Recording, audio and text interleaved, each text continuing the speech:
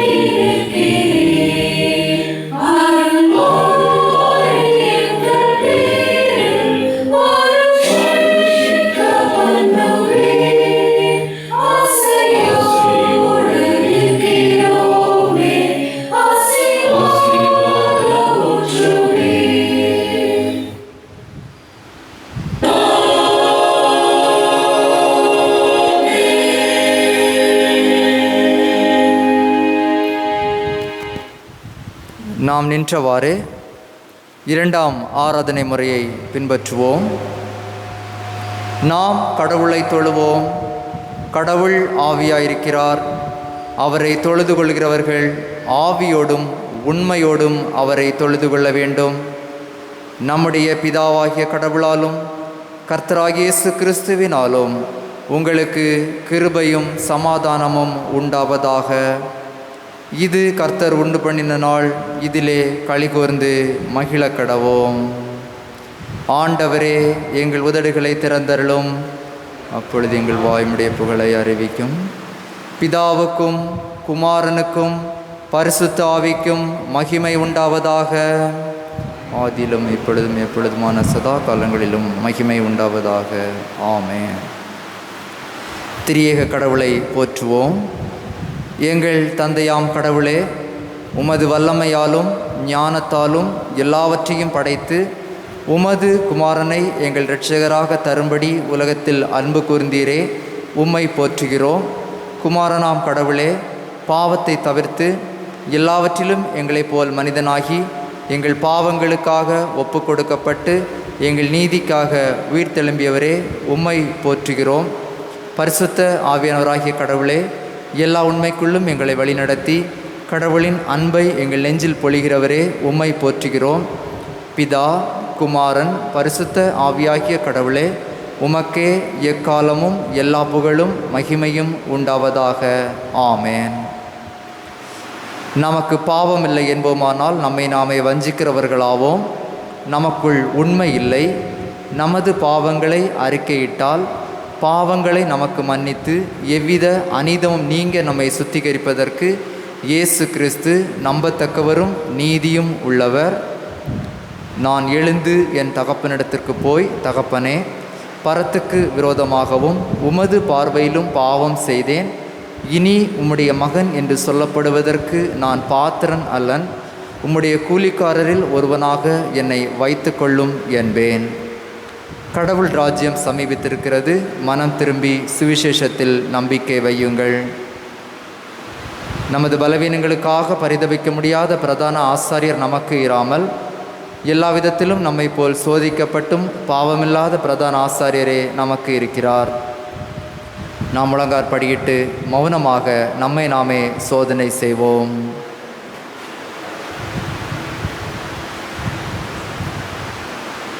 சர்வ வல்லமையுள்ள கடவுளிடத்தில் நாம் நமது பாவங்களை மனத்தாழ்மையாய் அறிக்கை செய்வோம். சர்வ வல்லமையும் மிகுந்த இரக்கமுமுள்ள பிதாவே, தப்பிப்போன ஆடுகளைப் போல நாங்கள் உம்முடைய வழிகளை விட்டு வழுவி அலைந்து போனோம். எங்கள் இருதயத்தின் யோசனைகளுக்கும் விருப்பங்களுக்கும் மிகவும் இணங்கி நடந்தோம். உமது பரிசுத்த கற்பனைகளுக்கு விரோதமாய் குற்றம் செய்தோம்.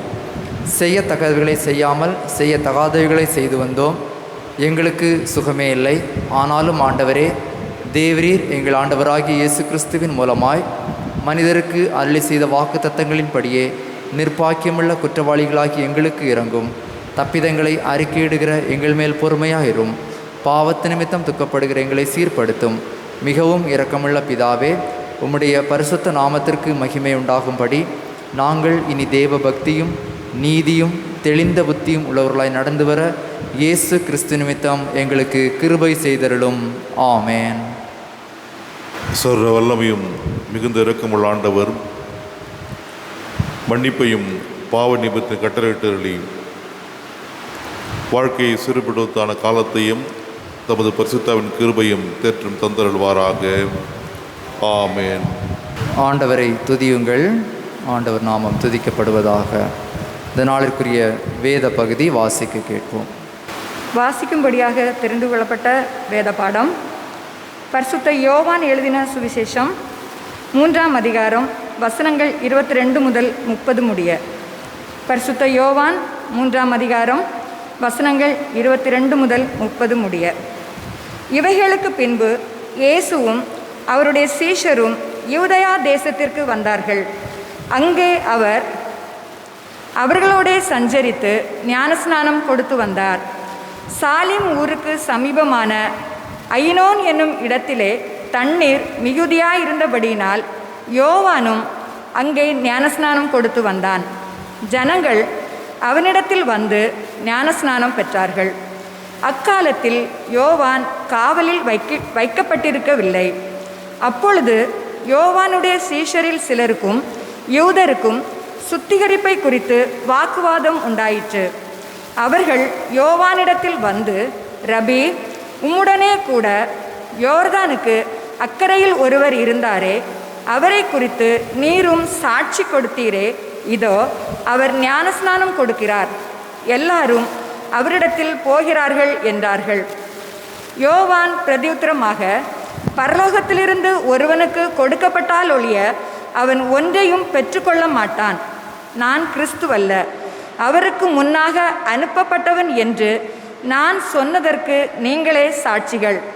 மணவாட்டியை உடையவனே மணவாளன், மணவாளனுடைய தோழனோ அருகே நின்று அவருடைய சொல்லை கேட்கிறவனாய் மணவாளனுடைய சத்தத்தை குறித்து மிகவும் சந்தோஷப்படுகிறான்.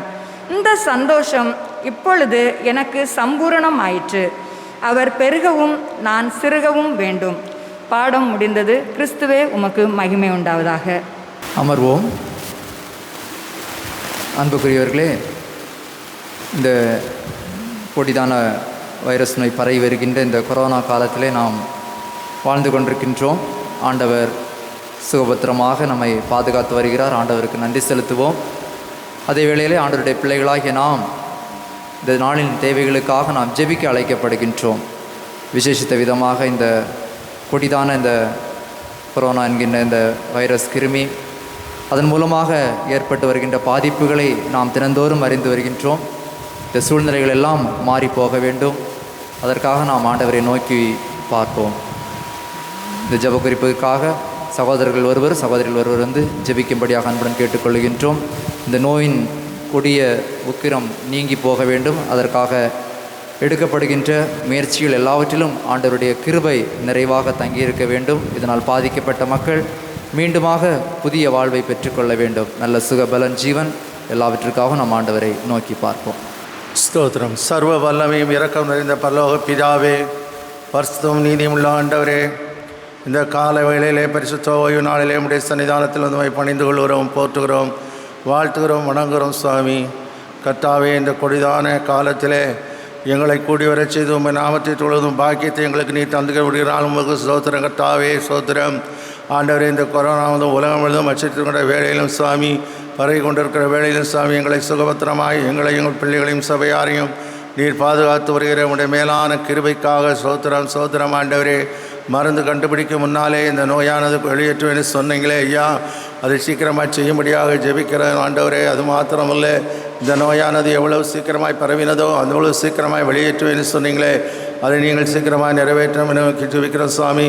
உலக நாடுகள் முழுவதும் ஆண்டவரே, இதற்காக ஆண்டவரை எடுக்கிற முயற்சிகளை நீர் ஆசீர்வதிக்கும்படியாக நாங்கள் ஜெபிக்கிறோம். உலக நாடுகளிலே தேவனை அநேகம் பேர் மனம் திரும்பி ஆண்டவரை ஏற்றுக்கொண்டிருக்கிற மேலான தயவுக்கா ஸ்தோத்திரம். அநேகவர் ரட்சிப்பின் கழிவுகளை வந்திருக்கிறபடினாலும் ஸ்தோத்திரம். அனைவருடைய வியாதிகளை நீர் குணமாக்கினபடினாலும் ஸ்தோத்திரம். அநேக குடும்பங்களை நீர் ஒன்று சேர்த்திருக்கிறபடினாலும் ஸ்தோத்திரம். ஆண்டவரே, எமக்கு நன்றி. இந்த நாளிலும் அநேக ஊழியக்காரர்களையும் எமக்காக எழும்பி கர்த்தாவே உம்முடைய நாமத்தை உயர்த்தவும் போற்றவும் உம்முடைய வழிகளை ஜனங்களை நடத்துகின்ற கிருபைக்காக சோதரம். ஜெபிக்க கற்றுக் கொடுத்ததற்காக சோதரம். அநேக பேர் இன்று நிகழ்வு ஆண்டவரே தொடர்ந்து ஜெபிக்கிறார்கள், தொடர்ந்து வேதம் வாசிக்கிறார்கள். அந்த மாபெரும் கிருபை நீர் இந்த காலத்தில் எங்களுக்கு நீ தந்திருக்கிற தயவுக்காக நாங்கள் உம்மை ஸ்தோத்திரிக்கிறோம். ஆண்டவரே, தொடர்ந்து பலப்படுத்துங்க, தொடர்ந்து உங்களுடைய சமூகத்தில் காத்து ஜெபிக்க கருகுபை செய்யுங்க. ஆண்டவரே, இந்த உலகத்தில் 2வது இடத்துல இருக்கிற இந்திய தேசம் இன்னும் கொஞ்ச நாள் ஆண்டவரே அப்பா அமெரிக்காவை தாண்டி விட ஒரு அச்சம் எங்களுக்குள்ளே இருக்கிறது சுவாமி.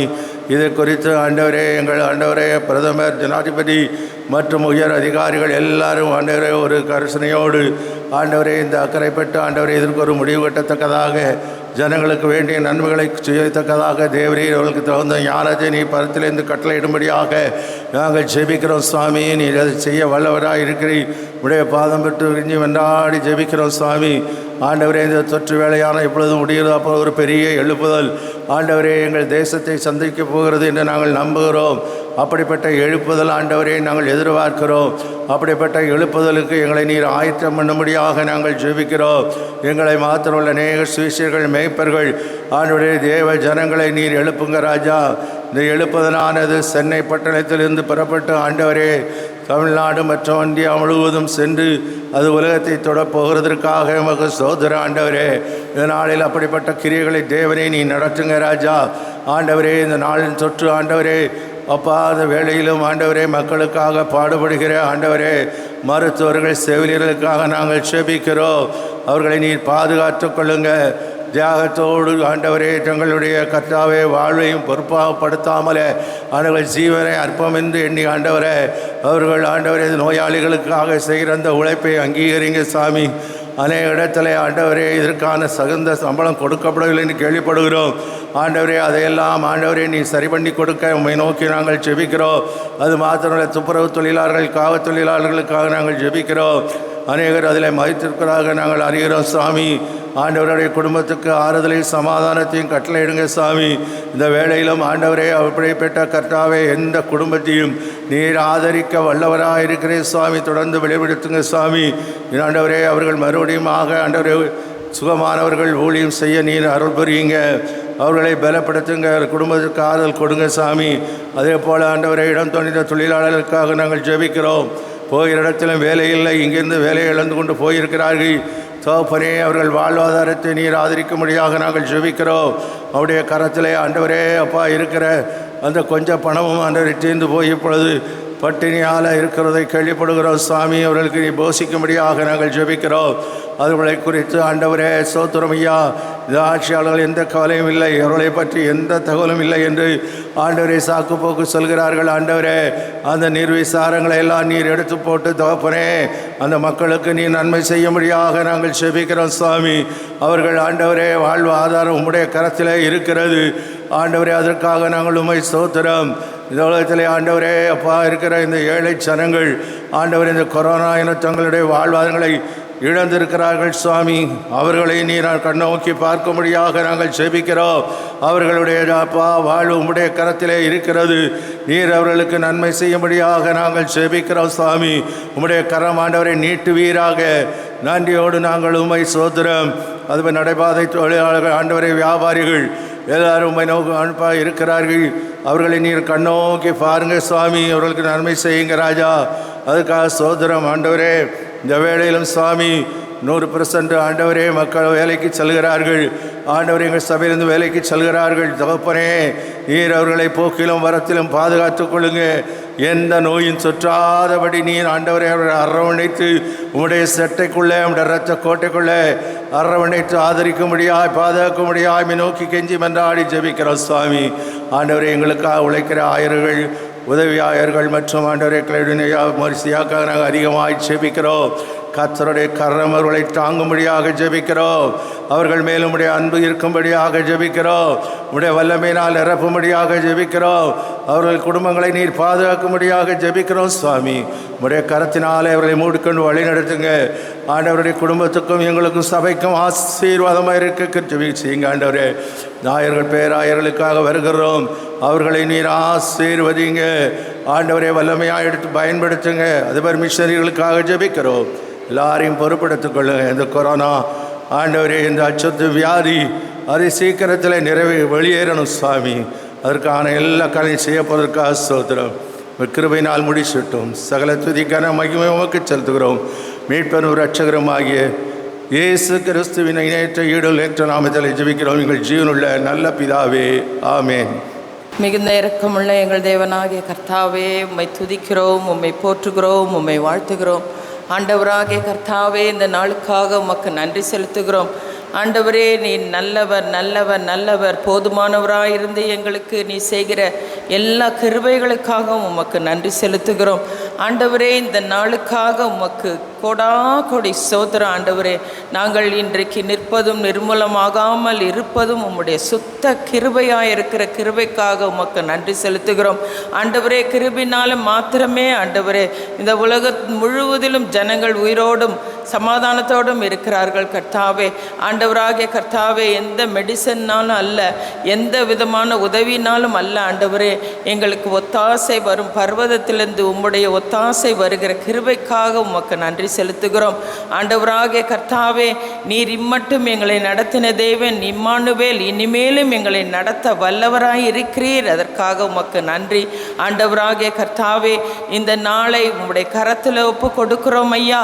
எத்தனையோ மாதங்கள் ஆண்டவரே ஆலயங்கள் அடைக்கப்பட்டிருந்தது. ஆனாலும் எங்கள் தேவனாகிய கர்த்தரின் கரத்திலிருந்தும் கண்களிலிருந்தும் கிருபை கிடைத்தபடியால் இன்றைக்கு ஆலயங்கள் திறந்திருக்கிறது கர்த்தாவே.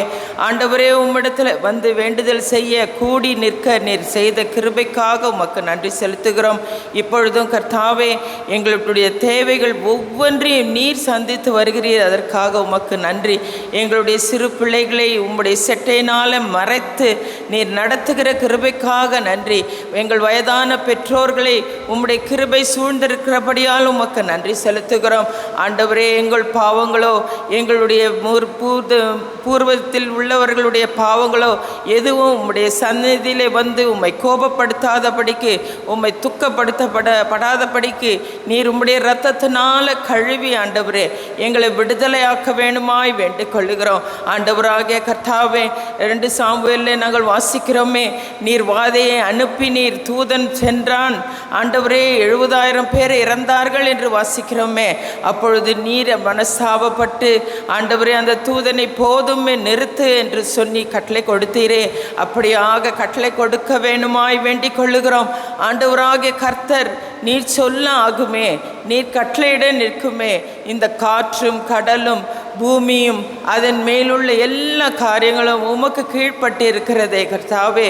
ஆண்டவரே இந்த கொடிய நோய் எவ்வளவாய் உம்முடைய வார்த்தைக்கு கீழ்ப்பட்டு இருக்கும். ஆண்டவரே இந்த கொடிய நோய் உம்முடைய வார்த்தைக்கு மேலானது அல்ல. ஆண்டவரே உம்முடைய வார்த்தையை அனுப்பி நீர் சொஸ்தப்படுத்த வேணுமாய் வேண்டிக் கொள்ளுகிறோம். உனக்கு என்ன வேண்டும், நீ சொஸ்தப்பட விரும்புகிறாயா என்று கேட்கிறீரே. ஆமாண்டவரே, எங்கள் இந்த உலோகம் சொஸ்தமாகணும் கர்த்தாவே, உலகத்தில் உள்ள எல்லா ஜனங்களும் சொஸ்தமாகணும் கர்த்தாவே, அதை நாங்கள் விரும்புகிறோம் கர்த்தாவே. உன் மன விருப்பத்தை தெரிவின்னு சொல்லியிருக்கீங்களே, இது எங்களுடைய மன விருப்பமாய் இருக்கிறது கர்த்தாவே. ஆண்டவராகிய கர்த்தர் மனம் இறங்கி ஆண்டவரே சுகத்தை கட்டளை கொடுக்க வேணுமாய் வேண்டிக் கொள்ளுகிறோம். ஆண்டவரே உம்மாலே எல்லாம் கூடும், கூடாத காரியங்கள் ஒன்றுமில்லை.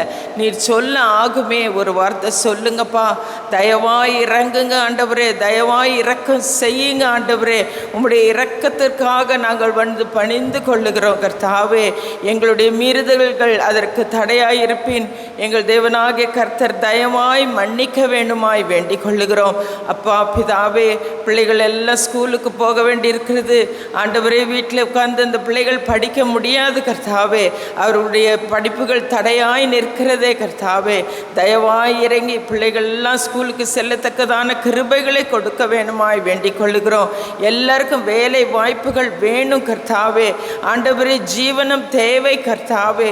ஆண்டவராகிய கர்த்தர் மனம் இறங்கி உதவி செய்ய வேணுமாய் வேண்டிக் கொள்ளுகிறோம். மற்றுமாக கர்த்தாவே, எல்லா இடங்களிலும் ஜனங்கள் அடைப்பட்டு கிடக்கிறார்கள் கர்த்தாவே. ஆண்டவரே நீர் சொல்ல அந்த கதவுகள் திறக்குமே. பூட்டக்கூட முடியாத கதவுகளை பூட்டுகிறவரும் திறக்க முடியாத கதவுகளை திறக்கிறவருமாயிருக்கிற எங்கள் தேவனாகிய கர்த்தர் ஆண்டவரே இந்த பூட்டுகளை உடைத்தெறிய வேணுமாய் வேண்டிக் கொள்ளுகிறோம். ஆண்டவரே கிருபையாய் இறங்கும் ஆண்டவரே, இரக்கம் செய்யும் ஐயா, இரக்கம் செய்யும் ஆண்டவரே, எங்களுக்கு இரக்கம் செய்யும். நாங்கள் கேட்பது என்னதென்று அறியாதிருக்கிறோம், ஆனாலும் உம்முடைய சித்தம் எது என்று அறியாமல் தெரியாமல் திகைத்து நிற்கிற காலங்களில் வந்து நிற்கிறோம். ஆண்டவராகிய கர்த்தர் நீர் உதவி செய்ய வேணுமாய் வேண்டிக் கொள்ளுகிறோம். மனுஷர் எங்களுக்கு உதவி செய்த நாட்கள் போய் இப்பொழுது எங்கள் தேவனை மட்டும் பற்றி கொள்ளுகிற நாட்களில் நிற்கிறோம் கர்த்தாவே. ஆண்டவரே நீர் தயை செய்யலைன்னா வேறு யாரும் எங்களுக்கு இல்லை கர்த்தாவே, நிச்சயமாக இல்லை ஆண்டவரே. நீர் கிருபையாய் இறங்கி எங்களுக்கு தயை செய்ய வேணுமாய் வேண்டிக் கொள்ளுகிறோம். ஆண்டவராகிய கர்த்தாவே, எங்களுடைய ஜனங்களை சுற்றிலும் உம்முடைய வேலையை நீர் அடைத்திருக்கிறீர், உம்முடைய பாதுகாவலை கட்டளை கொடுத்திருக்கிறீர். அதற்காக உமக்கு நன்றி செலுத்துகிறோம். எங்களை கடந்து சென்ற பெரியோர்கள் சிறியோர்கள் ஆண்டவரே ஊழியக்காரர்கள் அநேக பேர் உண்டு கர்த்தாவே. ஆனாலும் கர்த்தாவே அவர்களை நீர் இளைப்பாறுதலில் வைத்திருக்கிற கிருபைக்காக நன்றி செலுத்துகிறோம். ஆண்டவராகிய கர்த்தர் இன்னும் அதிகமான இழப்புகள் வராதபடிக்கு கிருபை செய்யுங்க, அதிகமான உயிரிழப்புகள் வராதபடிக்கு கிருபை செய்யுங்க. நீங்கள் தான் கூட இருந்து வழிநடத்த வேணுமாய் வேண்டிக் கொள்கிறோம். உம்மாலே கூடாத காரியம் ஒன்றுமில்லை. எல்லா இடங்களிலும் எங்கள் தேவனாகிய கர்த்தரை நாங்கள் உயர்த்துகிறோம். கிருபையாய் நடத்துங்க ஆண்டவரே. கர்த்தாவே, எங்களுடைய இந்த மெடிசன்ஸ் வரத்தக்கதான கிருபைகளை செய்யுங்க. சயின்டிஸ்ட்டுங்களுக்கு நல்ல ஞானத்தை கொடுங்க ஆண்டவரே. இதற்கான மெடிசனை சீக்கிரமாய் கண்டுபிடித்து தடுப்பு ஊசி போட நீர் கிருபை செய்ய வேண்டுமாய் வேண்டிக் கொள்ளுகிறோம். எல்லா இடங்களிலும் ஜனங்கள் ஃப்ரீயாக இருக்க கிருபை செய்யுங்க. எல்லா துதிகன மகிமையும் உமக்கே செலுத்துகிறோம். எங்கள் ஜெபத்தை கேட்டவரே உமக்கு நன்றி செலுத்துகிறோம். துதி கன மகிமை உமக்கே செலுத்துகிறோம். இயேசு கிறிஸ்துவின் இனிய நாமத்தில் பிதாவே, ஆமேன். கண்மலையும் மீட்பெருமாக கர்த்தாவே, இதன் வாயின் வார்த்தைகளும் எங்களுடைய இருதயத்தின் நினைவுகளும் உம்முடைய சமூகத்தில் ஏற்படுதாக இருப்பதாக. ஆமென். அன்புக்குரியவர்களே, உங்கள் யாவரையும் இறைவேந்தர் இயேசு கிறிஸ்துவின் திருப்பெயராலே அன்போடு கூட வாழ்த்துகிறேன். நாம் ஜெபித்த வண்ணமாக தொடர்ந்து கடவுளுடைய நிறைவான பிரசத்தோடு கூட விரைவிலே நாம் அனைவரும் ஒன்று கூடுகின்ற வழிபாடாக நம்மை ஆட்கொண்டிருக்கின்ற இந்த கொடிய நோய் நம்மை விட்டு அகலவும், தொடர்ந்து கடவுளுடைய பிரசத்தோடு கூட நாம் கடவுளுக்கு நன்றி செலுத்தவும், நம்முடைய ஜெபங்களிலே கடவுள் அதை வாய்க்க செய்வதாக. அநேக இழப்புகள் தான் நேற்றைய தினத்தில் கூட நாம் அனைவரும் தெரிந்த வண்ணமாக கோவை திருமண்டலத்தினுடைய ஆயர், எனக்கு 2 ஆண்டுகளுக்கு முன்பதாக படித்தவர், அல்லது நம்முடைய பள்ளிக்கரணை திருச்சபையிலும் அப்படிப்பட்ட இழப்புகள் தான். ஆக இன்றைக்கும் சில குடும்பங்களுடைய சூழல் அங்கலாய்ப்பு, வேதனை, கண்ணீர், உலகமெங்கும் இப்படிப்பட்ட நிலையில் இருக்கின்ற சூழலிலே நாம் முழங்கார் படியிட்டு கடவுளுடைய சமூகத்திலே நாம் வேண்டுதல் செய்ய நாம் அழைக்கப்படுகிறோம். தொடர்ந்து நம்முடைய பாதுகாப்பிற்காகவும் நம்முடைய சூழலுக்காகவும் கர்த்தர் நம் விண்ணப்பங்களை செவிசாய்ப்பாராக. இன்றைக்கு நமக்கு கொடுக்கப்பட்ட தலைப்பு சாட்சியுள்ள சீடத்துவம், டிசைபிள்ஷிப் ஆஸ் விட்னஸ், சாட்சியுள்ள சீடத்துவம். இயேசு கிறிஸ்துவின் திருப்பணியில் உதவிடும் திருப்பணியாளராகவும் அல்லது இயேசு கிறிஸ்துவோடு கூட உடன் வாழ்ந்தவர்கள் இயேசுவின் சீடர்கள் என்று அழைக்கப்படுகிறார்கள். ஆக இந்த 2 வரிகளிலே முழுமையமாக அடங்கிவிடுகின்ற ஒன்று. ஆதி திருச்சபையிலே முதலாக இவர்களுக்கு கிறிஸ்தவர்கள் என்ற பெயர் சூட்டப்படுகிறது. அந்தியோகியா என்ற பகுதியில் அப்போஸ்தலர் 11ஆம் அதிகாரத்திலே. அல்லது இன்றைக்கு நாம் அனைவரும் ஆண்டவருடைய சீடர்கள் என்று அழைக்கப்படுகிறது. கிறிஸ்துவை உடையவர்கள். நிச்சயம் ஆண்டவருடைய சீடர்களாக அழைக்கப்பட்டிருக்கிற நீங்களும் நானும்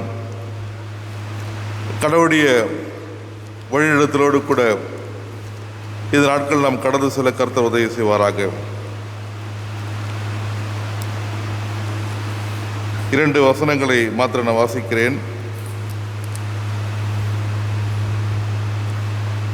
இவைகளை அவர் சொல்லுகையில் அநேகர் அவரிடம் வந்து நம்பிக்கை வைத்தார்கள். இயேசு தம்மை விசுவாசித்த யூதர்களை நோக்கி, நீங்கள் என் உபதேசத்தில் நிலைத்திருந்தால் மெய்யாகவே என் சீடராயிருப்பீர்கள். யோவான் 8ஆம் அதிகாரம் 31ஆம் வசனம். நீங்கள் என் போதனையில் நிலைத்திருந்தால் மெய்யாகவே என் சீடராயிருப்பீர்கள். ஆக இன்றைக்கு ஆண்டவராக இயேசு கிறிஸ்துடைய வார்த்தைகளிலே நிலைத்திருக்கிற நீங்களும் நானும் அவருடைய சீடர்களாக இருக்கின்றோம் என்பதை உறுதி செய்யப்படுகிறேன். என்று சொன்னால் சத்தியத்தை அறிவீர்கள், சத்தியம் உங்களை விடுதலையாக்கும். அதே வண்ணமாக லூக்கா 14ஆம் அதிகாரம் 26, 27 வசனத்தை யாராவது ஒரு வாசிக்கும்படி கேட்டுக்கொள்கிறேன். லூக்கா 14 அதிகாரம்.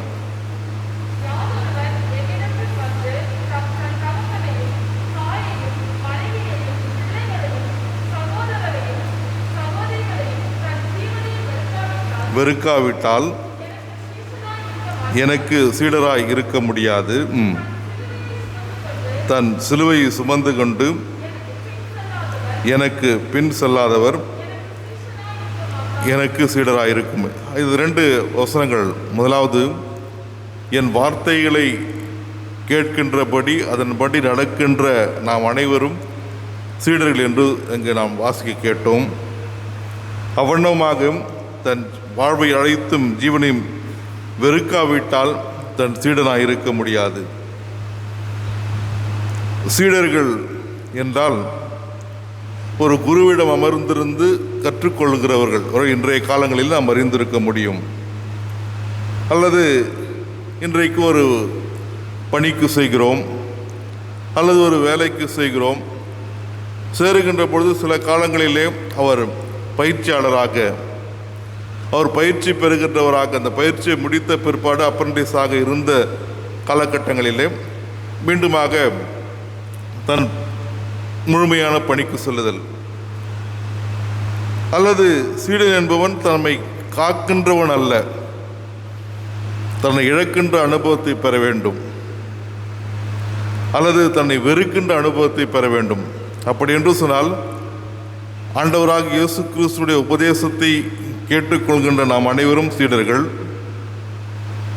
அவருடைய சிலுவையை சுமந்து அவர் பின்பதாக சொல்லுகின்ற நீங்கள் அனைவரும், நாம் அனைவரும் சீடர்கள். சீடன் என்பவன் தன்னை இழக்கின்ற அனுபவத்தை பெற வேண்டும். ஆக இன்றைக்கு நாம் எவைகளெல்லாம் இழந்திருக்கிறோம் என்று சொன்னால், இந்த கிரீடில் நம்ம சொல்கிறோம், அப்போஸ்தலர் விசுவாச பிரமாணம், நிசியா விசுவாச பிரமாணம். இதனுடைய மூல வார்த்தைகளை பார்க்கின்ற பொழுது வெறுத்தல் என்ற இழத்தல். அப்படி என்று சொன்னால், நான் ஆலயத்திற்கு நான் உள்ளே வருகின்ற பொழுது நான் எவைகளை நான் இழந்து, நாம் தான் பதில் சொல்லணும், மற்றவங்க யாரும் நமக்கு பதில் சொல்ல வேண்டிய அவசியம் இல்லை. கடவுள் நம்முடைய வார்த்தைகளை கேட்டுக்கொண்டிருக்கிறார். அல்லது நான் எவைகளை கெயின் பண்ணியிருக்கிறேன் இல்லை, ஆலயத்துக்கு வந்து என்னுடைய பவர், என்னுடைய சூழல், இதனுடைய வெளியில் இருக்கின்ற பதவிகள், உள்ளே இவைகளெல்லாம், அல்லது நான் எதெல்லாம் இழந்திருக்கிறேன், எதெல்லாம் கெயின் பண்ணியிருக்கிறேன். அப்படி என்று சொன்னால், ஒரு பக்தன் ஒரு சொல்லுகிற பொழுது, நான் எல்லாவற்றையும் இழப்பதற்கு நான் தயாராக இல்லை, என் பேரை நான் அங்கே வந்து இழப்பதற்கு தயாராக இல்லை, என்னுடைய பதவியை நான் இழப்பதற்கு தயாராக இல்லை, நான் என்னை இழப்பதற்கு தயாராகல, ஆனால் ஆண்டவராக இயேசு கிறிஸ்துவுக்கு சீடனாக இருக்க மாத்திரம் நான் இருக்க ஆசைப்படுகிறேன். இப்படி இன்றைக்கு நம்முடைய நிலைகள் என்ன, நம்முடைய சூழல் என்ன? பிறருக்கானவழி அறிந்திட அழைக்கின்ற ஒரு மாபெரும் அழைப்பை இங்கு தன் சீடர்களுக்கு சொல்லுகிறார். கிறிஸ்துவை பின்பற்றி அவருடைய போதனையை கற்றுக்கொண்டு அதற்காக வாழ்கின்றவர்கள் கிறிஸ்தவர்கள். ரொம்ப எளிமையாக நம்ம சொல்ல முடியும். அது கிறிஸ்துவை பின்பற்றி அவரின் போதனைகளை கற்றுக்கொண்டு அதற்காக ஒருவேளை இன்றைக்கி நம்ம அனைவரும் அப்படி தான் இருந்திருக்கிறோம். இதில் நம்ம மாற்றம் இல்லை. கிறிஸ்துவை பின்பற்றுகின்றவர்களாக, அவருடைய அடிச்சோடுகளை போதனைகளை பின்பற்றுகின்றவர்களாக, அதற்காகவே வாழ்கின்ற சூழலில் இன்றைக்கு நம்முடைய விசுவாச வாழ்க்கை எப்படி இருக்கிறது, சீடத்துவம் இருக்கிறது. நான் என்னை இழக்கின்ற அனுபவத்தை பெறுகிற 2 வசனங்கள் தன் சீடர்களுக்கு மிக தெளிவாக சொல்லுகிறார்.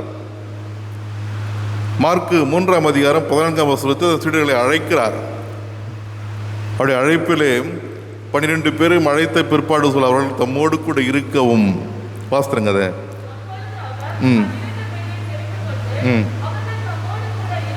ஆமாம், தம்மோடு கூட இருக்கவும், ஆமாம், நற்செய்தி அறிவிக்கவும், அவர்களை அனுப்பவும், பின்பு வியாதிகளை குணமாக்கவும், பிசாசுகளை துரத்தும்படி அவர்களுக்கு அதிகாரம் கொடுத்தார். ஆக தன் தீடர்களை தெரிவு செய்கிறார். அல்லது லூக்கா 10ஆம் அதிகாரம் 1ஆம் 2ஆம் வசனத்தில் பார்க்கின்ற பொழுது அவர் இருவராக அனுப்புகிறார். நீங்கள் புறப்பட்டு போங்க, நீங்கள் இவைகளெல்லாம் செயல் வேண்டும், இவைகளெல்லாம் செயல்படுத்த முடியாது, தன்னை இழக்கின்ற தன்னை வெறுக்கின்ற அனுபவத்தை பெற வேண்டும் என்பதெல்லாம் மிக தெளிவாக சொல்லுகிறார். 3 காரியங்களை நான் சுருக்கமாக சொல்லி கடந்து சொல்ல விரும்புகிறேன். என்று சொன்னால் இன்னும் நம் வழிபாடு முடிக்க 20 நிமிடங்கள் தான் இருக்கிறது. முதலாவது, உறவுகளை துறந்திடும் சீடத்துவம். முதலாவது, உறவுகளை துறந்திடும் சீடத்துவம். லூக்கா 14ஆம் அதிகாரம் 26ஆம் வசனம். யாதொருவர் இடத்தில் வந்து தன் தகப்பனையும் தன் தாயையும் மனைவியும் பிள்ளைகளையும் சகோதரர்களையும் சகோதரிகளையும் தன் ஜீவனையும் வெறுக்காவிட்டால் எனக்கு சீடனாய் இருக்க மாட்டான். ஆகவே இங்கு ஆண்டவராக இயேசு கிறிஸ்துவுக்கு சீடனாய் இருக்கின்ற அனுபவத்தை மிக தெளிவாக சொல்லப்படுகிறது. கடவுளின் படைப்பிலே குடும்பம் என்பது சிறப்புக்குரிய ஒன்று. இந்த குடும்ப வாழ்க்கை என்பது கடவுளால் தரப்படுகின்ற அருட்கொடை. இங்கே தான் வந்து கணவனும் மனைவியாக திருமணத்தை இணைப்பதற்கு முன்பதாக நம்ம சொல்லுவோம், வாழ்விலும் தாழ்விலும் சுகத்திலும் சுகவீனத்திலும் வாழ்நாள் இறுதி வரை நேசிக்கவும் காப்பாற்றும் நான் பண்ணுறேன், வாக்கு கொடுக்குறேன். ஆக இந்த வாக்குறுதி என்பது கடவுளால் கொடுக்கப்பட்ட பிணைப்பு. அல்லது ஆண்டவராக இயேசுக்கு சொல்லுகின்ற பொழுது, இது நிமித்தம் ஒருவன் தன் தகப்பனையும் தன் தாயை விட்டு தன் மனைவியை சேர்ந்திருப்பார், ஆகிய நீ இருவரெல்லாம் ஒரே மாம்சமாக இருக்கிறார், கடவுள் இணைத்ததை மனிதன் பிரிக்காதிருப்பாராக. இதெல்லாம் நம்ம சொல்கிறோம். ஆக இது மகிழ்ச்சிக்குரிய ஒரு வாழ்வு. ஒருவேளை இன்னைக்கு நம்ம சொல்ல முடியுமா? கடந்த திருச்சபையை பணியாற்றுகின்ற பொழுது இந்த வேர்ல்ட் வெட்டிங் டே அப்போது சர்ச்சில் யங் கப்பிள் மூலமா ஒரு சர்வீஸ் வச்சுருந்தோங்க.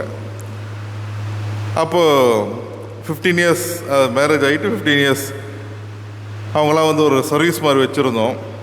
அப்போ சில பெரியவங்களாம் கேட்ட, பாஸ்டர் நாங்கள் கூட கலந்துக்கிறோமே, நாங்கள் உங்கள் விருப்பம், அதெல்லாம் நான் அதை தடை பண்ணல.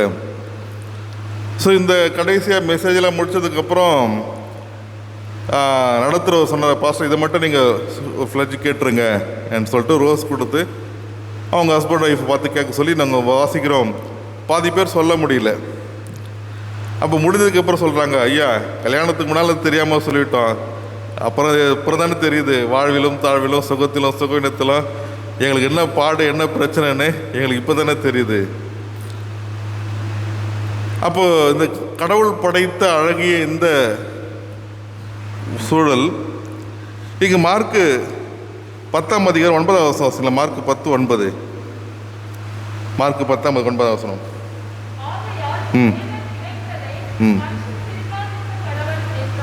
ஆமாம். ஆக கடவுள் இணைத்ததை மனிதர் பிரிக்காதிருப்பாராக, இல்லைங்களா? அப்போ இந்த வாக்குறுதி எல்லாமே இதெல்லாம் எப்படி நம்ம ஏற்றுக்கொள்கிறதுங்க? சீடர்கள் சொல்கிறாரு, தன்னை வெறுக்கின்ற அனுபவத்தை பெற வேண்டும், வெறுக்காவிட்டால் எனக்கு சீடனாக இருக்க முடியாது. இதுக்கு முன்பதாக பார்த்தா நீங்கள் ஒன்றாயிருங்க, இது மகிழ்ச்சி நிறைந்த வாழ்க்கை எல்லாம் சொல்லிடுறாரு. ஆனால் லூக்கா 14ஆம் அதிகாரம் 26ஆம் வசனத்தை நான் மீண்டுமாக பார்க்கின்ற போது, அதற்கு முன்பதாக 26ஆம் வசனத்தில் திரளான மக்கள் அவர் பின்பதாக வருகிறார்கள், இல்லையா? அதுக்கு அந்த வசனத்துக்கு முன்பதாக 25ஆம் வசனம் பார்த்தீங்கன்னா திரளான மக்கள் அவர் பின்பதாக வராங்க. இங்கே எல்லோரும் அவருடைய பின்பற்றுவர்களா என்று சொன்னால் நிச்சயம் இருக்க முடியாது. அவரிடத்து நன்மை பெற்றவளாக இருந்திருக்க முடியும், அல்லது பார்வை பெற்றவளாக இருந்திருக்க முடியும், அல்லது சுகம் பெற்றவளாக இருந்திருக்க முடியும், அல்லது தொழுநோய் குணப்பெற்றவளாக இருந்திருக்க முடியும். ஆக அல்லது எதிர்பார்ப்பு, இவரிடம் சென்றால் நமக்கு இப்படிப்பட்ட அனுபவம் நன்மைகள் கிடைக்கும் என்று பல வகையான மக்கள் அங்கு சென்றிருக்கலாம். ஆக இவர்கள் மூலமாக நடைபெற்றுகின்ற ஒன்று, இங்கு இயேசு அனைவரையும் சீடராக்குகின்ற அழைப்பு. ஒருவேளை ஒரு குறிப்பிட்ட மக்கள் சீடராக போகிறதுக்கான வாய்ப்பு இருந்திருக்கலாம். ஆனால் திரளான மக்கள் அவர் பின்பதாக 25ஆம் வசனத்தில் பார்த்து திரளான மக்கள் என்று சொல்லப்படுகிறது. இங்கு ஆண்டவராக இயேசு கிறிஸ்து இங்கு அழைப்பு என்பது எல்லோருக்கும் குறிக்கிறதான அழைப்பை குறித்து சொல்லப்படுகிறது. இங்கு 3 விதமான கட்டளைகளே சொல்கிறார். முதலாவது பார்த்தீங்கன்னா, தன்னை வெறுக்கின்ற அனுபவத்தை பெற வேண்டும். மிஸ்யோ என்ற கிரேக்க வார்த்தை, வெறுத்தல், மிஸ்யோ, அல்லது கோபம் அல்லது ஹேட் அல்லது எதிரிகளாக பாவித்தல், இதெல்லாம் நம்ம பொருள்படுத்தலாம். அப்போ இந்த உலக வாழ்க்கையில் சீடத்துவத்திலே குழப்பம் உருவாகின்ற போது இயேசுக்கென்று அர்ப்பணிக்கின்ற வாழ்வு முதன்மையாக இருக்க வேண்டும். என் வாழ்க்கையில் யாருக்கு முதன்மையானது? அதான் இங்கே கேள்வி. என் வாழ்க்கையில் குழப்பங்கள், என் வாழ்க்கையிலே அல்லது என் வாழ்க்கையிலே அர்ப்பணித்தல், அல்லது என் வாழ்க்கையிலே எவைகள் நான் முக்கியத்துவம் தருகிறேன்? ஆகவே இங்கு த லவ்லெஸ், குறைவான அன்பு செலுத்துதல். ஆக இங்கு மத்தேயு மிக தெளிவாக சொல்லுகிறார், இயேசு அதிக அன்பு செலுத்துகின்றவராக தன் குடும்ப வாழ்க்கையில் இருந்தாலும் இங்கு தன் குடும்பத்தை விட கடவுளுக்கு முக்கியத்துவம் தருகின்றவராக, நீங்கள் ஏன் என்னை தேடினீர்கள்? என் பிதாவின் வேலை செய்ய வேண்டாமா? அல்லது என் பணியை செய்கின்றவர்கள் தான் என்னுடைய சகோதரர்களாக, என்னுடைய சகோதரிகளாக இருக்க முடியும். ஆக இங்கு அனைத்து வெறுத்தல் என்பது அனைத்து நிராகரிப்பது என்பதல்ல. கிறிஸ்துவை விட்டு விட்டு மற்றவர்களுக்கு குறைவாக நேசிக்கிறது, அதான் வெறுத்தல். இதான் அப்போ நான் குடும்பத்தை விட்டு நீங்கள் வந்துடுங்க, எங்கள் சமுதாயத்தை விட்டு வந்துடுங்கன்றா இல்லை. யாருக்கு முதன்மையான இடத்தை தருகிறோம்? ஆகவே முழுமையமாக இயேசு கிறிஸ்துவை பின்பற்றுகின்றது. இயேசு கிறிஸ்து அதை மிக தெளிவாக சொல்லுகிறார். அமெரிக்கா கால்பந்து விளையாட்டு வீரர் இவ்விதமாக எழுதி வைத்திருக்கிறாராம், ஐ எம் தேர்ட். ஒரு பெரிய சங்கிலியில் ஐ எம் தேர்ட்னு எழுதி வச்சிருப்பாராம். ஆட்டம் முடிந்த பிற்பாடு அவரை பார்த்து கேட்குறாங்களா, என்ன விதமான புதிய வார்த்தைகளாக இருக்கிறது என்று சொல்லுகிற போது, என் வாழ்க்கையில் முதன்மையானது ஃபஸ்ட்டு ஜீசஸ், செகண்ட் என்னுடைய ஃபேமிலி, தேர்டு தான் என்னை நான் நேசிக்கிறேன். அப்போ முதன்மையானது கடவுளுக்குரியது. இஸ்ரேல் மக்களோட வாழ்க்கையில் கூட பார்த்தீங்கன்னா முதன்மையானது கடவுளுக்குரியது தான். அது ஆணாக இருந்தாலும் சரி, பெண்ணாக இருந்தாலும் சரி, வீட்டில் விளைந்தவர்களாக இருந்தாலும் சரி. அப்போ குறைவாக அன்பு செலுத்துதல். அப்போ இந்த உலக வாழ்க்கையிலே நாம் லவ்லெஸ், குறைவாக அன்பு செலுத்துதல். இரண்டாவது, கடவுள் அழைக்கிறார், கம் டு மீ, என்னோடு வாங்க. யூத சமயத்தில் பார்ப்போம் என்று சொன்னால், அங்கு உயர்ந்த இடத்திலிருந்து கல்வி கற்கிற அனுபவத்தை அங்கு காண முடியும். அங்கு மாணவர், அங்கு ஆசிரியர், குரு என்ற அப்படிப்பட்ட அனுபவம் அங்கு இருக்கிறது. ஆக அனைத்தும் வெறுத்து துறவரத்திற்காக செல்லுகின்ற சூழல் கூட என்று சொன்னால், அக்காலகட்டங்களில் துறவரம் என்பது மிக மையமான ஒன்றாக இருக்கிறது. கடவுளை கண்டுவிட வேண்டும் என்ற அப்படிப்பட்ட சிந்தனை. ஆக இங்கு இயேசு இவைகள் எல்லாவற்றையும் தன்னை ஒரு குருவாக, தன்னை ஒரு ஆசிரியராக அழைத்து மீண்டுமாக தன்னிடம் வருகின்ற அழைப்பை குறித்து சொல்லுகிறார். அப்போ முதலாவது, தன்னை வெறுக்கின்ற அனுபவம் என்பது லவ்லெஸ், குறைந்த அன்பு செலுத்துது, யாருக்கு முக்கியத்துவம் தருகின்ற ஒன்று என்பதை குறித்து சொல்லப்படுகிறது. இரண்டாவது, கடவுள் தன்னை அழைக்கிறார், அந்த அழைப்பை நீங்கள் ஏற்றுக்கொள்ளுவாங்க. மூன்றாவது, பாடுகளை ஏற்கின்ற அனுபவம் நிச்சயம் பெற முடியும். எனக்கு பின்பாக வருகின்றவர்கள் இப்படிப்பட்ட துன்பத்தை ஏற்கின்ற அனுபவம். ஆகவே முதலாவது, உறவுகளை துறந்து விடுகின்ற அனுபவம் என்பது சீடத்துவ அனுபவம். ஆக உறவுகளை துறந்து விடுகிற அனுபவம் என்பதை நாம் புரிந்து கொள்ள வேண்டும். இரண்டாவது, உயிரையும் வெறுக்கின்ற அனுபவத்தை பெற முடியும். சீடத்துவ அனுபவம் என்பது உயிரையும் வெறுக்கின்ற அனுபவம். 27ஆம் வசனம். அப்போ லூக்கா 14:27, தன் சிலுவை சுமந்து கொண்டு எனக்கு பின் செல்லாதவன் எனக்கு சீடனாக இருக்க மாட்டான். அப்போ இந்த உலக வாழ்க்கையில் பார்ப்போம் என்று சொன்னால், நமக்கு அந்த உடல் மீது மிக அக்கறை உண்டு, என் வாழ்வு மீது மிக அந்த அக்கறை உண்டு, என் குடும்பத்தின் மீது அக்கறை செலுத்துவது உண்டு, என் கல்வி, என் பதவி, எல்லாமே என்னை சார்ந்துகிறது எல்லாமே நாம் அக்கறை செலுத்துகின்ற ஒன்று. ஆனால் இது ஒன்றுமே நிலையில்லாத ஒன்று. இது ஒன்றுமே நிலையில்லாத ஒன்று. இன்றைய காலகட்டங்களில் நாம் அனைவரும் அங்கங்கே அறிந்து கொண்டிருக்கின்ற ஒன்று தான், பயம் நம்மை அச்சுறுத்துகிறது. எப்பொழுது யார் மூலமாக பரவும் என்பதை குறித்து ஒருவராம் சொல்ல முடியாது. இதற்குரிய மருத்துவம் வந்து கொண்டிருக்கும் என்ற அப்படிப்பட்ட செய்திகள் தான். என்றாலும் இம்மட்டும் நம் இருப்பது என்பது கடவுளுடைய கிருபை, அவருடைய சுத்த கிருபை. அது நாம் மறுக்க முடியாத ஒன்று, கடவுளுடைய கிருபை மாத்திரமே. ஆகவே இங்கு தன் சீடர்களுக்கு சொல்லுகிறார், நீங்கள் உயிரையும் இழக்கின்ற அனுபவத்தை பெற வேண்டும் என்று சொன்னால், இது அனைத்தும் உங்களுக்குரியதல்ல. இது திடீரென்று மாய்ந்து போகின்ற ஒன்றாக இருக்க முடியும். ஆகவே அக்கறையற்று இருக்கின்ற பொழுதுதான் இவைகளெல்லாம் இரண்டாவது என் வாழ்க்கையிலே இவைகளெல்லாம் எதற்கு முக்கியத்துவம் தர வேண்டும், எதை முக்கியப்படுத்த வேண்டும், எதற்கு முதன்மையான இடத்தை கொடுக்க வேண்டும் என்ற அப்படிப்பட்ட சிந்தனை உள்ளவர்கள் தான் இங்கு இயேசு கிறிஸ்துவின் சீடர்களாக இருக்கின்ற அனுபவத்தை பெற முடியும்.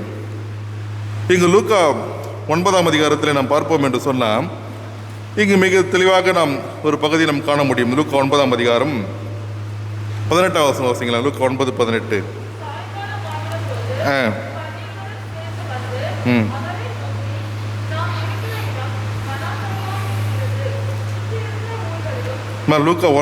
லூக்கா 9:20 18.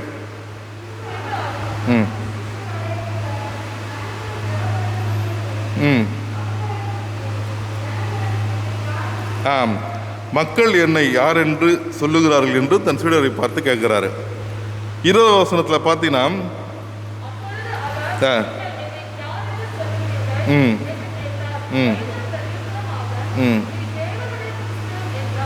போதுங்க. முதலாவது மக்கள் என்னை யாருன்னு சொல்றாங்க. அடுத்தது சீடர்களை பார்த்து நீங்கள் என்னை யார் என்று சொல்றீங்க. பிரதித்திரமாக நீர் தேவனுடைய கிறிஸ்து என்று சொல்றாரு. அதன் பின்பாடு 23ஆம் 24ஆம் வசனத்தில் அங்கே சொல்றாரு,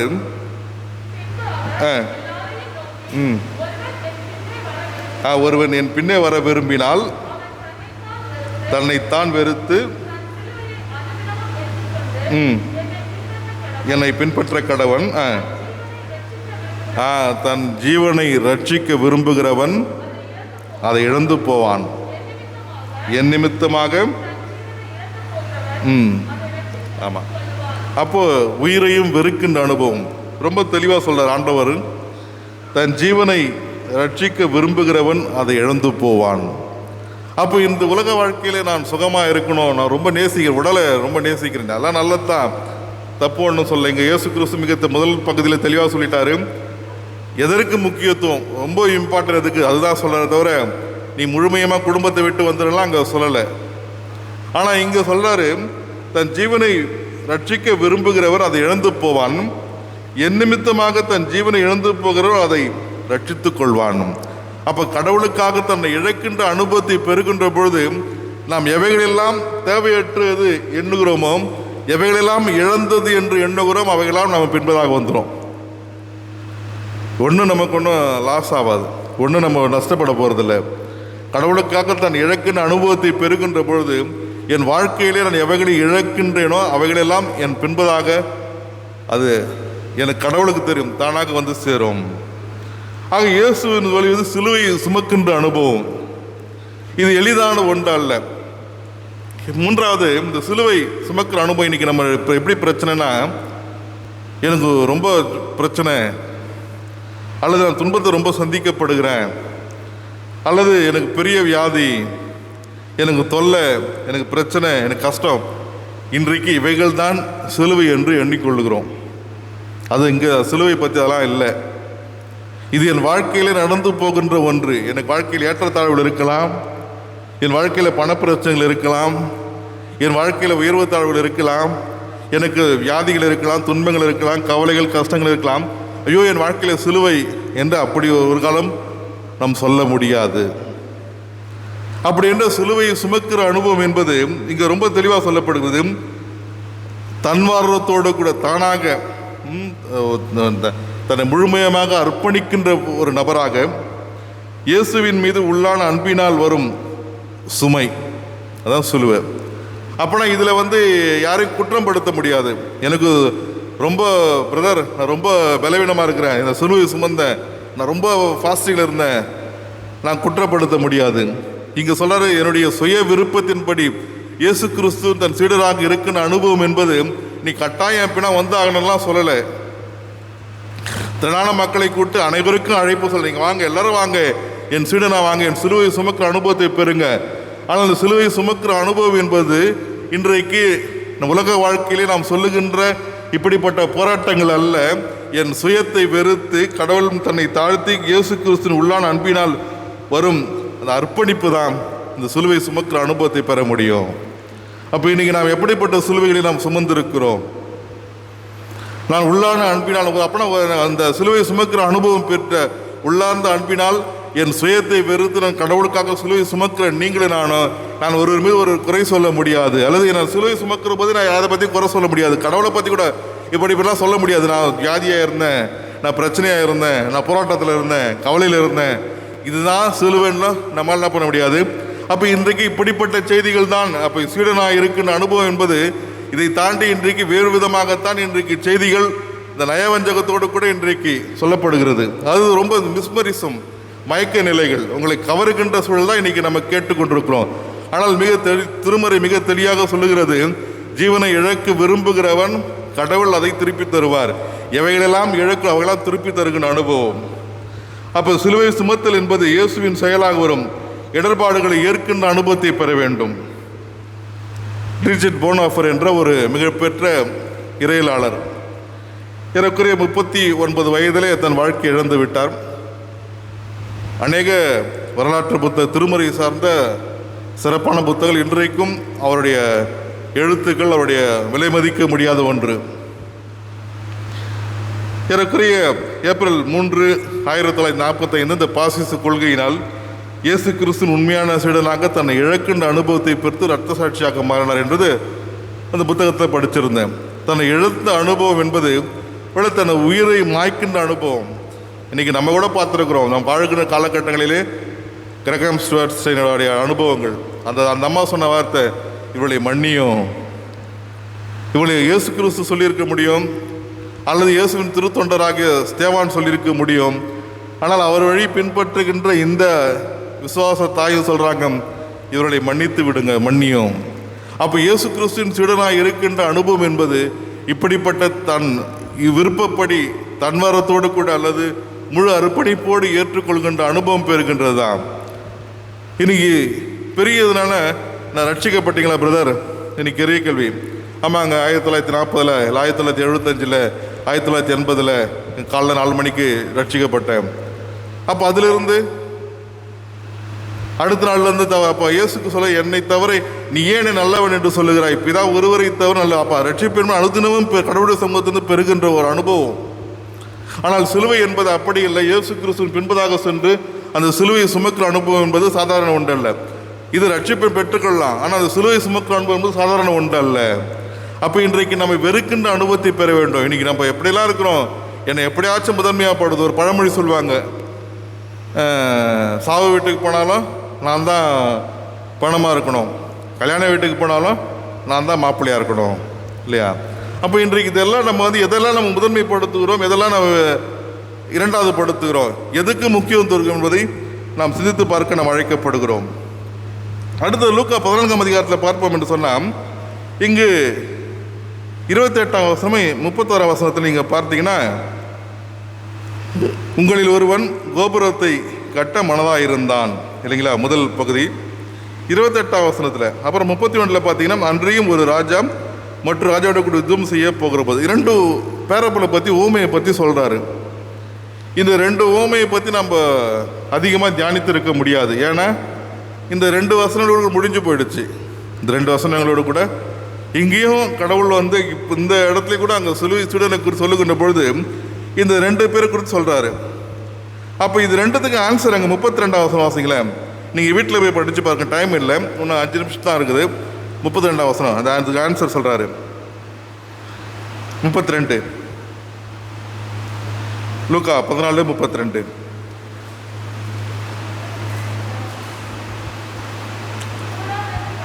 ம் ம் ம் ஆமாம், சமாதானத்தை உள்ளவர்களை கேட்டுக்கொள்வான். அதுதான் நான் இன்றைக்கி மெயினாக எட்டுன்னு வந்தேன். இன்றைக்கி இந்த 28ஆம் வசனம் 31ஆம் வசனத்தில் இது 2 இந்த பேரபிள் 2 இது நம்ம அதிகமாக தியானித்திருக்க முடியாது. அப்போ இந்த 2ம் பார்த்தீங்கன்னா சீடனாய் மாறுவதற்கு முன்பதாக தன்னுடைய நிலையை சிந்திக்க வேண்டும். இங்கே ரொம்ப தெளிவாக சொல்கிறார் ஜீசஸ். இந்த நீங்கள் வீட்டில் படித்து பாருங்கள், 28ஆம் வசனமும் 31ஆவது வசனமும். சீடனாய் மாறுவதற்கு முன்பதாக தன் நிலையை சிந்திக்க வேண்டும்.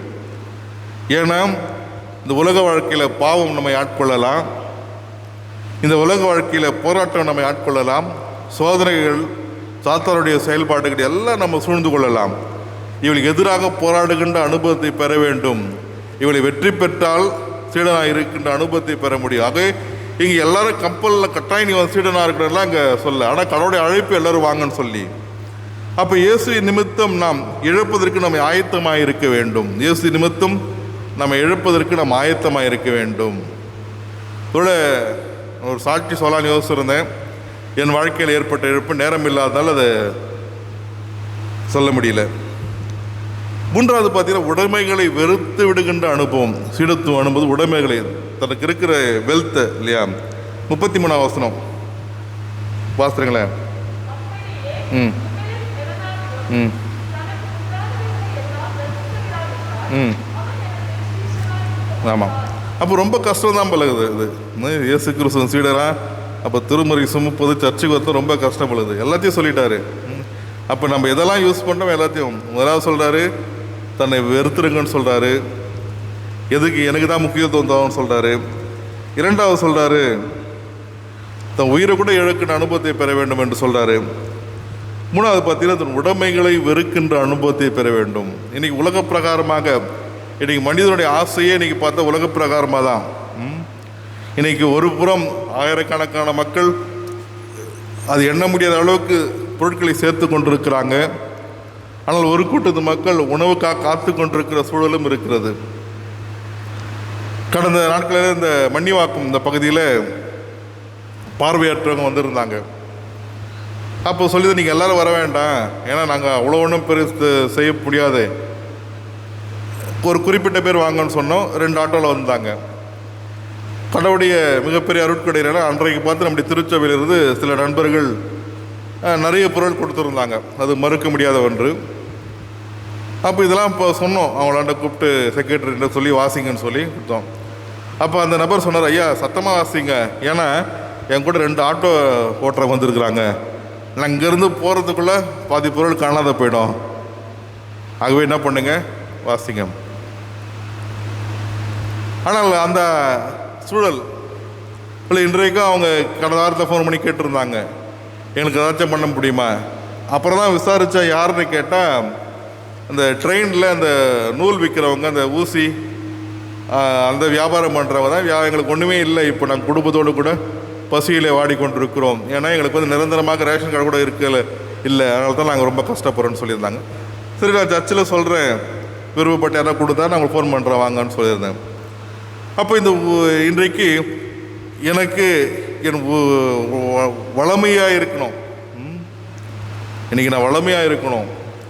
அப்போ இது கிறிஸ்தவம் தன்னை இழக்கின்ற அனுபவத்தை சொல்லித் தருகிறது. நிறைய இடத்துல பார்க்க முடியும் இல்லையா. லூக்கா 12ஆம் அதிகாரத்தில் பார்த்தீங்கன்னா அவங்க ஒரு ஓமையை சொல்கிறாரு.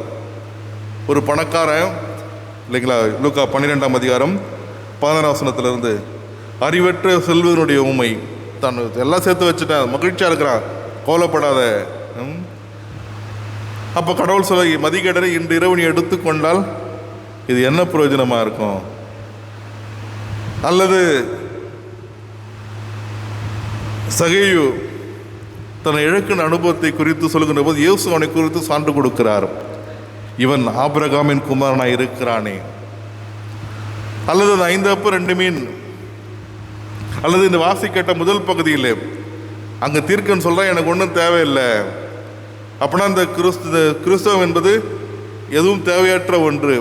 ஆனால் அவன் பணியாளனா பணியில் ஐயா கேட்டார் வாங்க கொண்ட பொழுது அந்த அரசனுக்குரிய நோய் இந்த பணியாளனுக்கு வருகிறது. இதெல்லாம் நம்ம அப்போ திரும்ப திரும்ப திரும்ப சொல்லப்படுகிறது. உடைமைகளை வெறுக்கிற அனுபவத்தை பெற வேண்டும். அப்போ இன்றைக்கு உடைமைகளை வெறுக்கின்ற அனுபவம் என்பது நீங்கள் எல்லாத்தையும் உங்கள் வீடை கொடுத்துருங்க, எல்லாம் காரை கொடுத்துருங்கலாம் இங்கே சொல்லலை. தன்னை இழக்கின்ற அனுபவம் என்பது பிறரோடு கூட பகிர்தலை குறித்து சொல்லப்படுகிறது.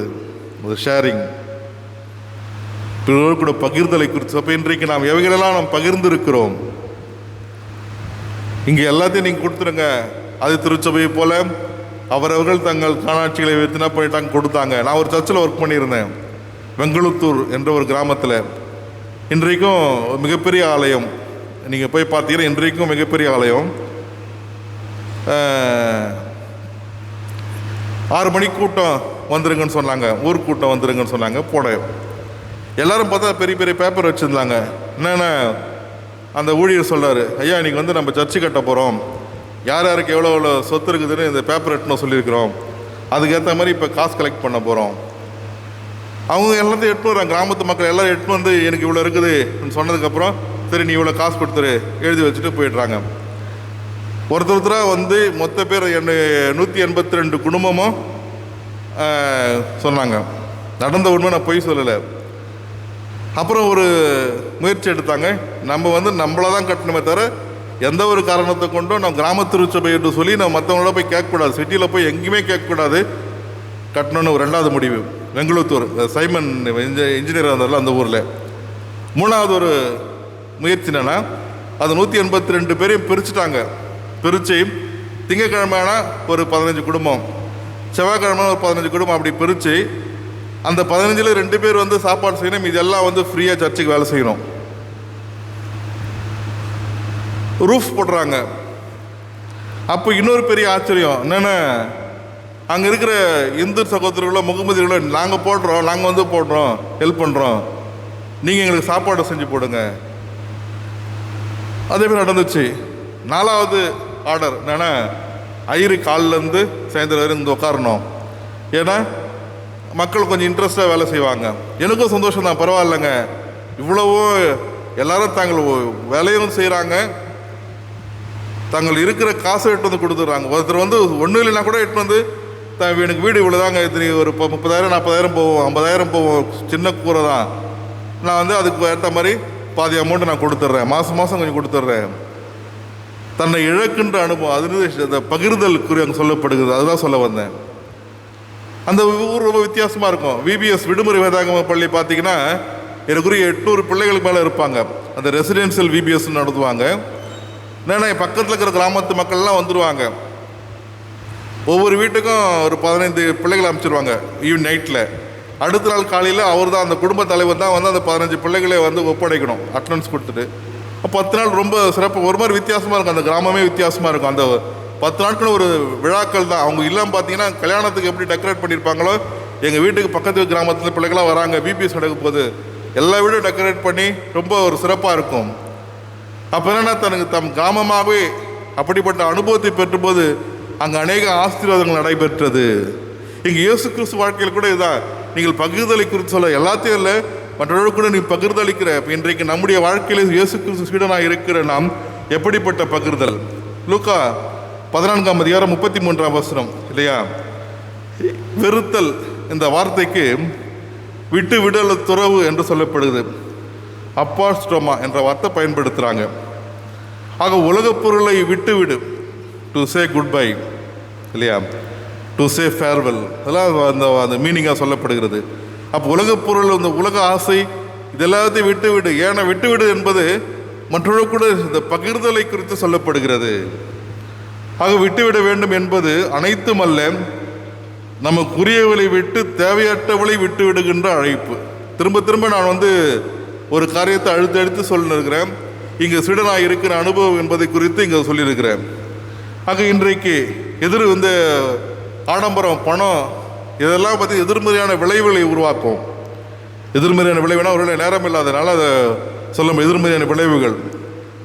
அப்போது இவளை நாம் வெறுத்து விடுகிற அனுபவத்தை பெற வேண்டும். ஆக சிலுவை சுமக்கின்ற அனுபவத்தை நாம் பெற வேண்டும். சிலுவை என்பது ஆண்டவராக இயேசு கிறிஸ்துக்கு முன்பதாக இந்த ஷேம்ஃபுல், ஒரு அசிங்கத்தின் அனுபவம், துன்பத்தின் அனுபவம். ஆனால் ரட்சகராக இயேசு சிலுவை சுமந்த பிற்பாடு இது பரிசுத்தத்தின் அனுபவம். அப்போ இந்த பரிசுத்த நேர்மையின் அனுபவம், நீதியின் அனுபவம், பகிர்தலின் அனுபவம். இன்றைக்கு சிலுவையை சுமக்கிற நாம், இயேசு கிறிஸ்து சீடர்களாக இருக்கின்ற நாம் எல்லாவற்றையும் இழந்து கடவுளுக்கு முக்கியத்துவம் தருகின்ற அப்படிப்பட்ட அனுபவத்தை பெருகுவோர் மாத்திரமே தொடர்ந்து கடவுளுடைய செயல்பாடு இருக்கு என்று சொன்னால், நாம் கிறிஸ்துவை பின்பற்றி அவருடைய போதனைகளில் ஏற்றுக்கொண்டு அவருக்காக வாழ்கிற அனுபவத்தை பெற வேண்டும் என்று சொன்னான். திருமறை சுமக்கின்ற அனுபவத்தை பெற வேண்டும் என்று சொன்னான். அவர் சீடராக இருக்கிற அனுபவத்தை நாம் பெற வேண்டும். ஜெபம் செய்வோம். எங்கள் நல்ல தகப்பனே, மீண்டும் ஒரு விஷயம் திருக்கரத்தை அர்ப்பணிக்கிறோம். தொடர்ந்து நீர் எங்களை ஆசீர்வதியும்.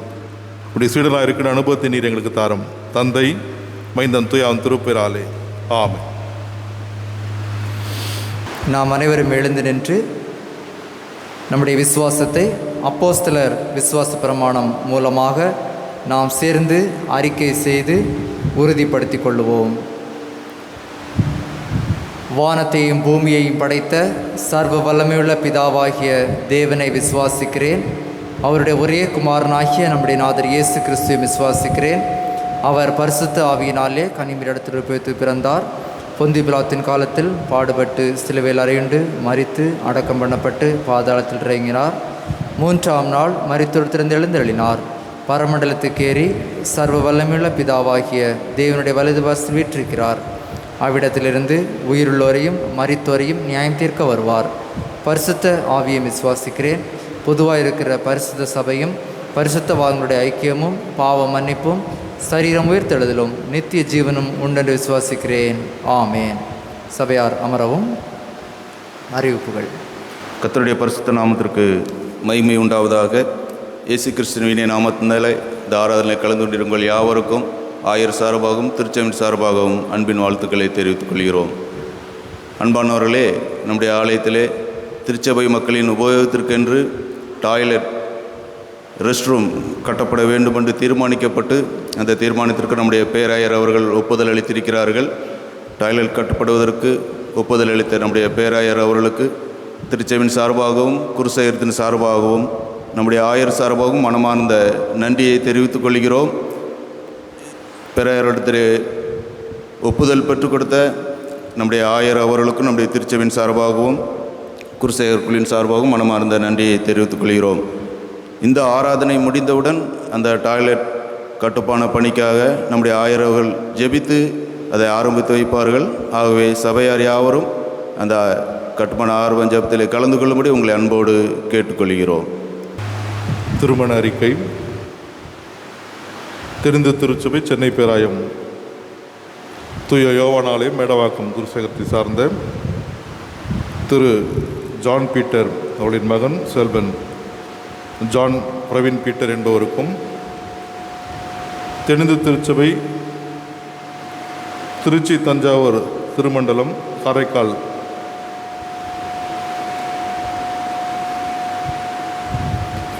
பகுதியை சார்ந்த CSC Christ the King of church Karaikal திருச்சபை சார்ந்த அறிவழகன் என்பவருடைய மகள் செல்வி பிரபிதா இவாஞ்சலி என்பவருக்கும் திருமணம் நடைபெறப் போகிறதுக்கு அறிவிக்கிறோம்.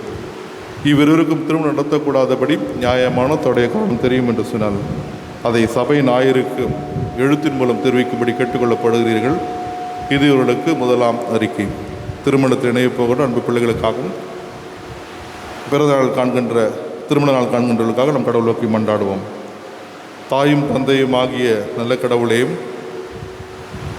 உம்மை வெறுக்கின்ற அனுபவம், உம்மோடு கூட இருக்கின்ற அனுபவத்தை குறித்து நாங்கள்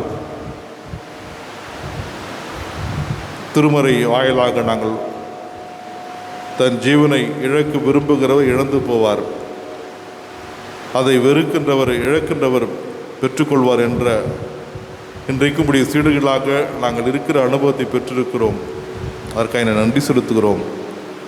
நாங்கள் எங்கள் உடைமைகளை இழந்திருக்கிறோம், பகிர்தலை நாங்கள் தந்திருக்கிறோம், எங்கள் உறவுகளை இழந்திருக்கிறோம், உமக்கு முக்கியத்துவம் கொடுத்திருக்கிறோம். எங்கள் வாழ்க்கையில் எல்லா நிகழ்வுகளும் உமக்கு நாங்கள் முக்கியத்துவம் கொடுத்திருக்கிறோம். உயிரையும் தெருப்பதற்கு தயாராக இருக்கிறோம். அப்படிப்பட்ட பற்றுறுதி எங்களுக்கு இருக்கிறது. ஆகவே நாங்களும் உடைய சீடர்களாக சிலுவை சுமக்கிற அனுபவத்தை பெறுகிறோம் என்ற அப்படிப்பட்ட உறுதிப்பாடோடு கூட நின்று கொண்டிருக்கிறோம். குறிப்பாக இந்த வாரத்திலே பிறநாட்களும் திருமண நாட்களை காண்கிற இறை மக்கள் ஒவ்வொருவரையும் நீர் ஆசீர்வதியும்.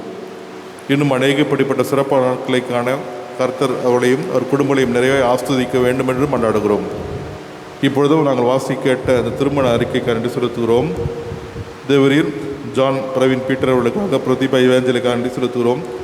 வெவ்வேறுபட்ட சூழலிலே வளர்ந்த இவர்கள் உங்களுடைய தீர்மானத்தின்படி கணவன் மனைவி இணைக்க கடவுள் கொடுக்க போகிற வாய்ப்புக்காக தொடர்ந்து பிள்ளைகளை ஆஸ்வதிக்க வேண்டும் என்று மன்றாடுகிறோம். மீண்டும் ஒரு இந்த வழிபாட்டை நீர் ஆசீர்வதித்தாரும் நாங்கள் உமக்கென்று தங்கள் இழக்கிற அனுபவத்தை பெற்றுக்கொள்ள அப்படிப்பட்ட அனுபவத்தோடு கடந்து செல்ல கர்த்தர் உதவியும்.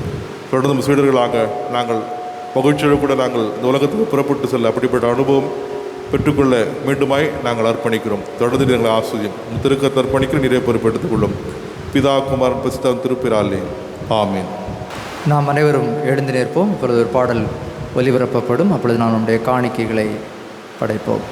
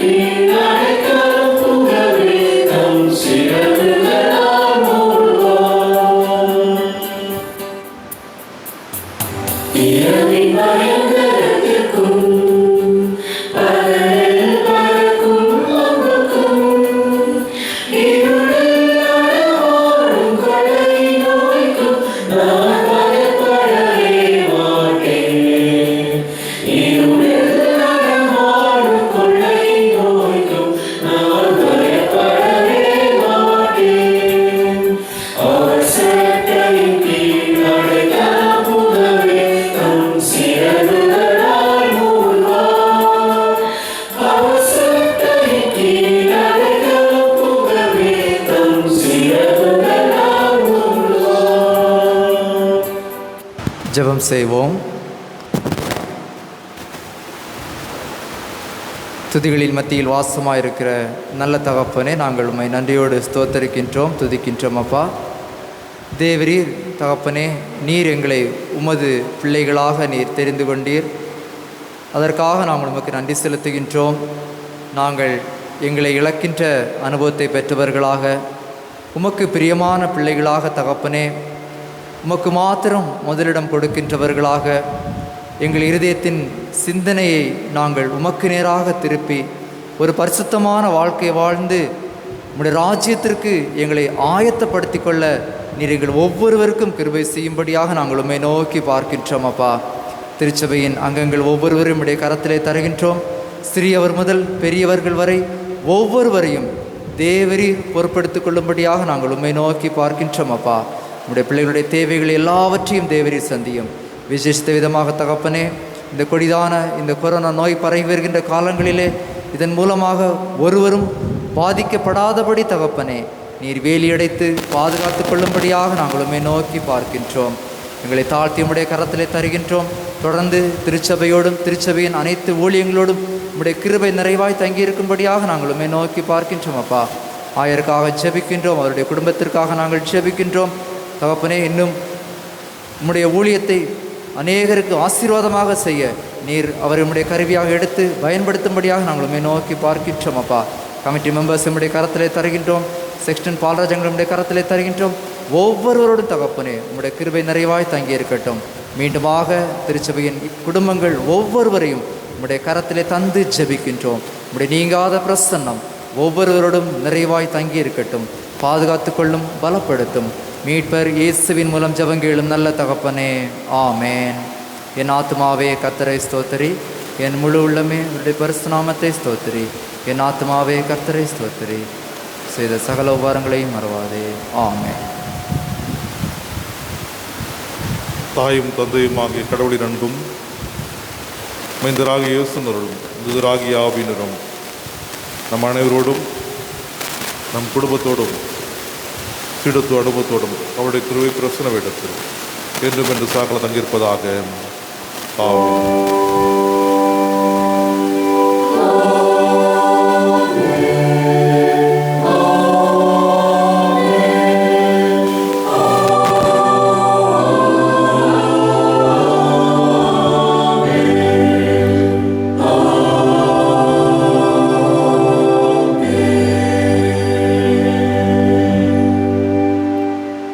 கர்த்தரோடு இருப்பாராக.